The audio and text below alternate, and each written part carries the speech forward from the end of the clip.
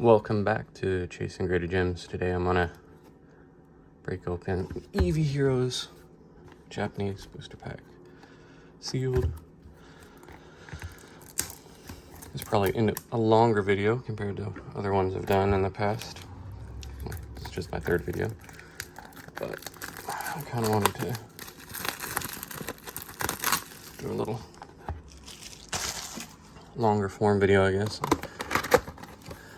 So I really do think in the near future I have plenty of cards that I'd like to submit. I even have some I don't know if you call them alternative, or like your Cardass or other Japanese packs, tops, that I'd like to submit for grading, but I cannot at the point because, you know, I'm gonna do the snip rope. So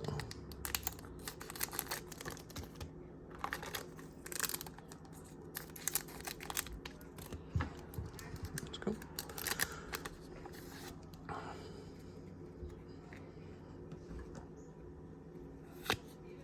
Philosopher and trainer.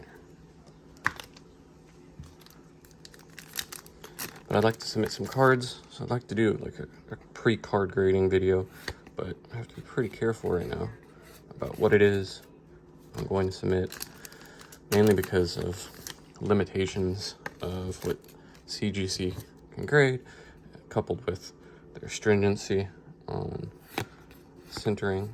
Hey, that's nice. And you know what? There we go. Third pack. It's above the set number. Kind of gets us a hot start early. I said before in previous videos, actually, I like CGC. I like the stringency of card grading. I really do. I think that that's, in the long run, a good thing, as opposed to just handing out 10s. Like, Oprah Winfrey filming. You get a 10, you get a 10. I think 10 should be a little more rare. I'm not sure I even like the CGC's, 60-40 rule, or sorry, PSA 60-40 rule. I mean, it's good for people who are submitting cards, they want that 10, but in the long run, there's going to be so many cards. Like, there's already so many cards that have been graded. Pokemon is celebrating its 25th anniversary, so you gotta think, like, all the cards that have been graded, the numbers just keep racking up how many 10s there are.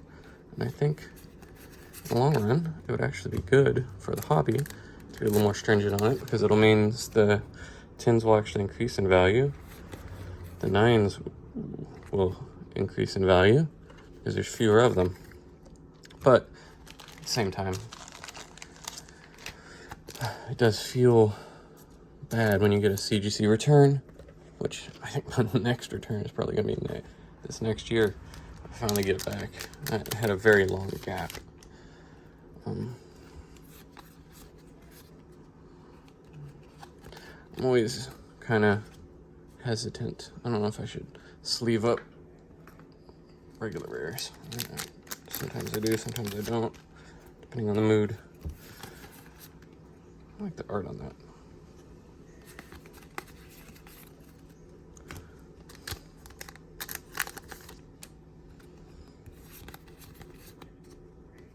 Washed out, punching stuff.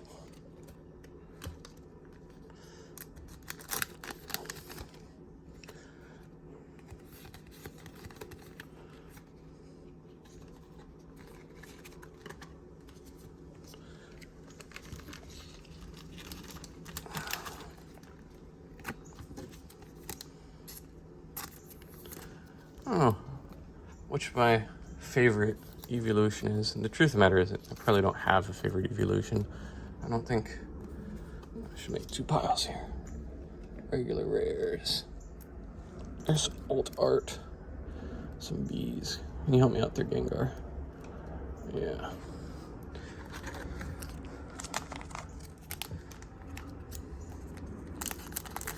I think the magic of editing I am going to speed up this process right here. And we're back at it thanks to the magic of video editing.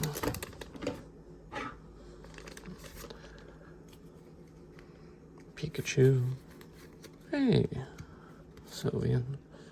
VMAX. So the VMAX is there.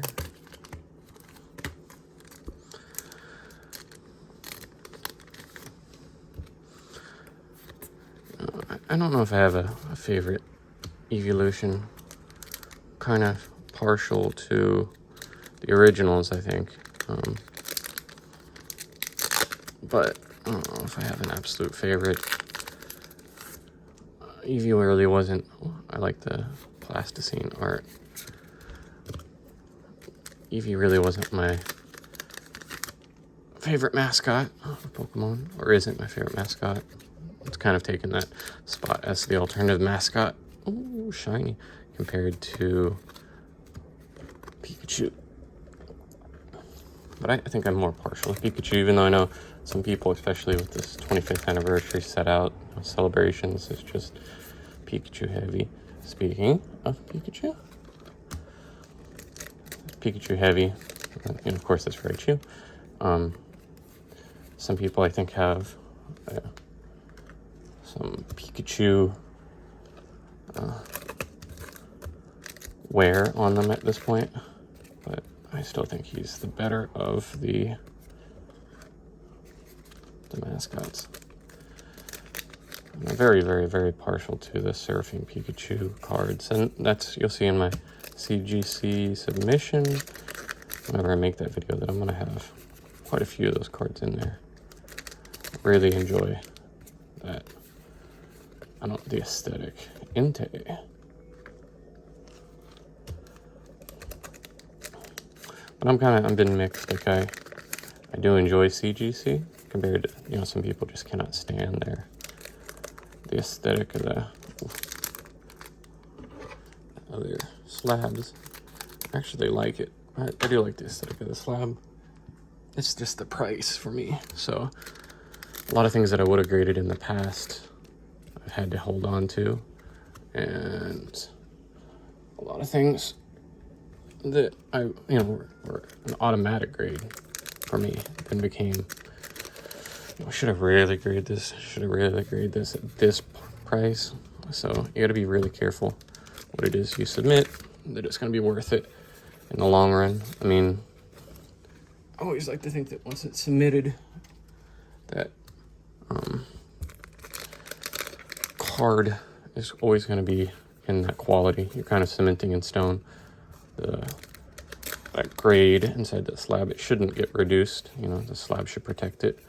So I don't like having things to me that are kind of higher dollar cards, $50 and up, just sitting around, because anything could happen to those. Prefer to have it encased, encapsulated, so you're always certain of the quality.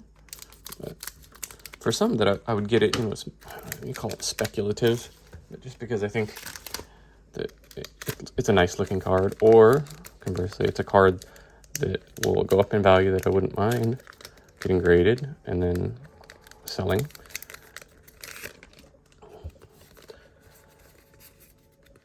But at the current prices, it's like $22.50 or so. It's just not really something I can take a bunch of risks on. So as you'll see, hopefully in a CGC submission video. All right, so let's get some of these. So I got 2 VMAXs, Leafeon. So the question is with this, is it gradable? I'll let the light catch it. I don't see any defects. Corners look good. Slight, maybe. That's the paranoia. Usually with Japanese cards, the centering is pretty dang good. That, I guess, is my biggest gripe with the English cards, is that the centering can be awful, awful. And it sucks when you have this otherwise, mint card. Little Oh, that's chipping. That's a bummer. Huge bummer.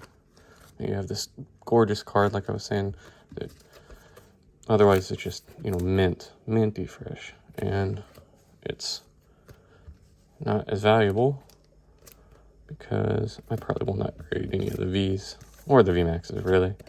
I might grade the VMAXs eventually, but definitely not at this price. And always hard to put these back into the plastic bag, so one of these gets. So it's not a bad pull. Not a bad box. That is a pretty card. Oh, thank you very much. I'll see you next time.